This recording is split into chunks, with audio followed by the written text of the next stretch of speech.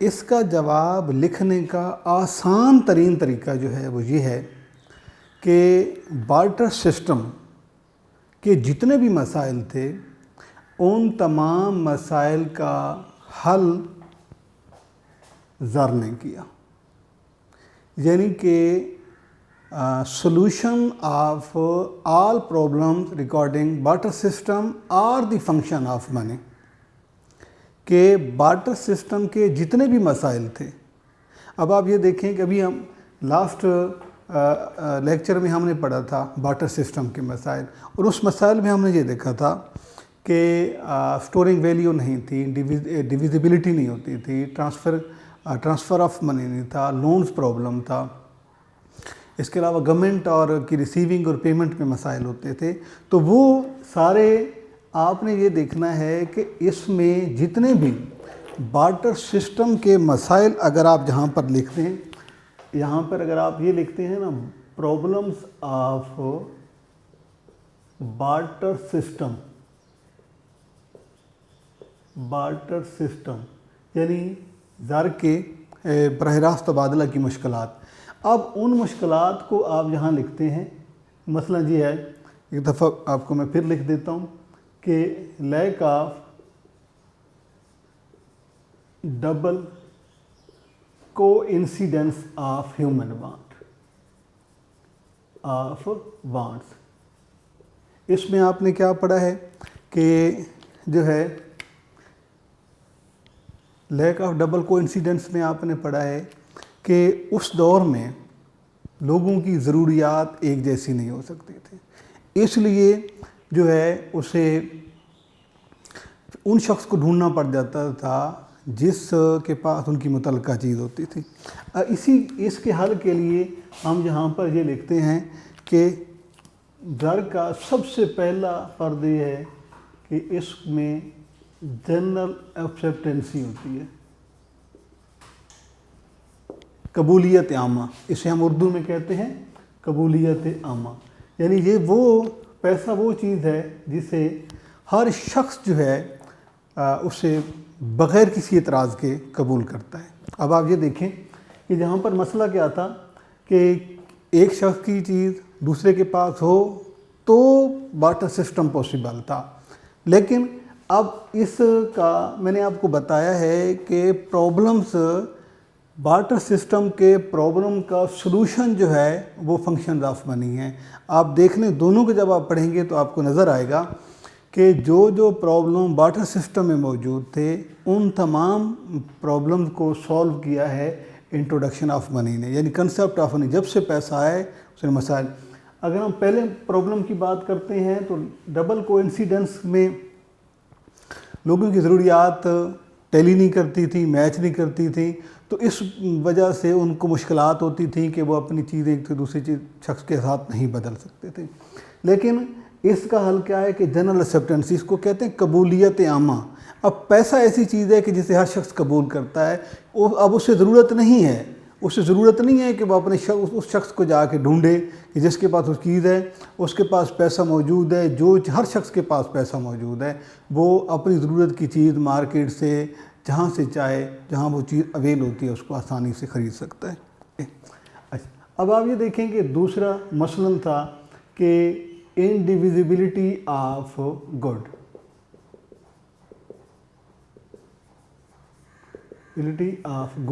اس میں آپ نے کیا پڑھا تھا کہ چیزوں کو چھوٹے چھوٹے بارٹر سسٹم کے پرابلم میں یہ تھا کہ ہم اس چیزوں کو ڈیوائیڈ نہیں کر سکتے تھے، چھوٹے چھوٹے یونٹ میں ہم اسے ڈیوائیڈ نہیں کر سکتے تھے.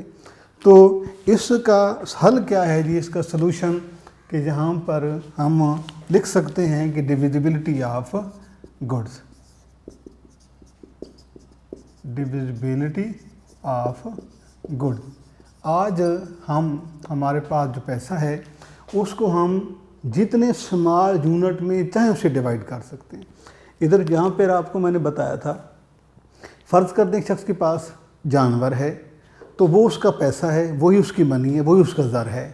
تو اس نے جب اس کو اس کے بدلے کسی چیز کو خریدنا ہے، جب بدلنا ہے تو اس نے وہ ادا کر کے اسے لینا ہے، تو اس کے استعمال یونٹ وہ نہیں لے سکتا۔ لیکن اگر اسی پرسپیکٹیو میں آپ اگر آج کے دور میں دیکھیں تو آج کہ آپ جہاں اپنے منی یونٹ کو جتنے یونٹ میں چاہیں آپ اسے یوز کر سکتے ہیں۔ مثلا آپ کے پاس 5000 کا نوٹ ہے، اس کا ایک یونٹ 5000 کا ہے، 1000 کے آپ چاہیں 5 یونٹ بنا دیں، آپ 500 کے چاہیں تو 10 یونٹ بنا دیں، ٹھیک ہے، 100 روپے کے چاہیں تو 50 یونٹ بنا دیں، یعنی کہ جتنے 10 روپے میں 10 روپے والے یونٹ میں لے کے آنا چاہیں، کوائنز میں لے کے آنا چاہیں، 20 روپے والے نوٹ میں لانا چاہیں، 50 ہے 100، تو اس کے چھوٹے چھوٹے یونٹ موجود ہیں۔ تو اس مسئلے کا حل بھی جو ہے وہ روپے پیسے نے آ کے کیا ہے۔ لہٰذا ہم یہ ثابت کریں گے کہ بارٹر سسٹم میں جتنے بھی پرابلم تھے ان پرابلم کا سلوشن جو ہے وہ انٹروڈکشن آف منی میں ہے۔ اس کے بعد ہم نے یہاں پر پڑھا تھا جی کہ نو اسٹورنگ ویلیو یعنی ذخیرہ قدر کا نہ ہونا۔ بارٹر سسٹم میں ذخیرہ نہیں ہو سکتا تھا کہ جو آپ کے پاس پیسہ ہے، جو آپ کی دولت ہے، جو آپ کا زر ہے، جو منی آپ کی، وہ آپ اس کو سٹور فارم میں جو اس کو آپ نہیں جمع کر کے رکھ سکتے۔ تو اس کا حل کیا ہے جی؟ آج کے اگر ہم اس میں دور میں دیکھتے ہیں تو جہاں ہمیں معلوم ہے کہ آج ہمارے پاس اس کی سٹورنگ فیسیلٹی یا سٹورنگ ویلیو موجود ہے، اور یہ کس وجہ سے ممکن ہوا ہے؟ روپے پیسے کی وجہ سے۔ آج ہم چاہیں تو اسے ہم گولڈ کی شکل میں سیو کر لیں، چاہیں تو کرنسی کی شکل میں کر لیں، چاہیں ہم اسے چیک کی صورت میں ہم اسے کر لیں۔ یعنی آج کے دور میں روپے پیسہ جب سے آیا ہے تو اس کے سٹور کرنے کے، اس کو سنبھال کے رکھنے کے بہت سارے طریقے موجود ہیں، بہت ساری صورتیں ہیں، اور یہ آسانی پیدا ہو گئی ہے کہ اگر آپ کے پاس اب روپیہ پیسہ کروڑوں اربوں میں بھی ہے تو آپ بڑی آسانی کے ساتھ اسے ایک جگہ پر سنبھال کے سٹور کر کے ذخیرہ کر کے رکھ سکتے ہیں۔ اس کے بعد آپ نے اس میں پڑھا ہے جی کہ نو موبیلٹی، یعنی نو موبیلٹی مین کہ پیسہ جو ہے اس کی انتقال پذیری نہیں ہوتی تھی، lack of mobility of goods, کہ چیزوں کو بارٹر سسٹم ہے۔ یہ جو آپ کے سامنے میں نے لکھا ہے یہ بارٹر سسٹم ہے، ان کے مسائل کو ہم نے فنکشنز آف منی میں لے کے آنا ہے۔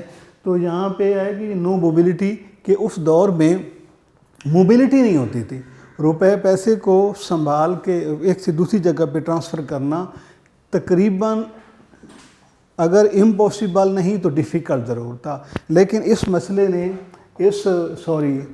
مسئلے کا حل آج ہمارے پاس جہاں پہ موجود ہے، اور ہم یہ لکھتے ہیں کہ ایزلی موبیلٹی آف منی، کہ بڑی آسانی کے ساتھ ہم روپے پیسے کو ایک سے دوسری جگہ پر ٹرانسفر کر سکتے ہیں، اس میں ہمیں کسی طریقے سے کوئی قباحت نہیں ہوتی۔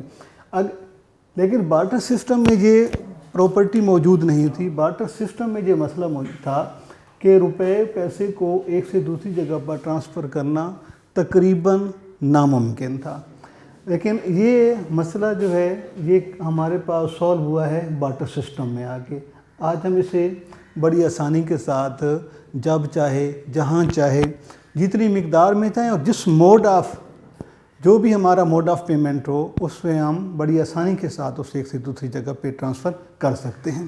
کے بعد بارٹر سسٹم کے پرابلم میں تھا کہ لونز پرابلمز۔ اس زمانے میں چونکہ کاروباری سرگرمیاں جو ہماری بزنس ایکٹیویٹیز تھیں وہ ڈائریکٹ ایکسچینج پہ ڈیپینڈ کرتی تھیں، تو گڈز کو گڈز کے ساتھ ڈائریکٹ ایکسچینج کیا جاتا تھا۔ There was no concept of money, روپیہ پیسہ اس دور میں نہیں ہوتا تھا۔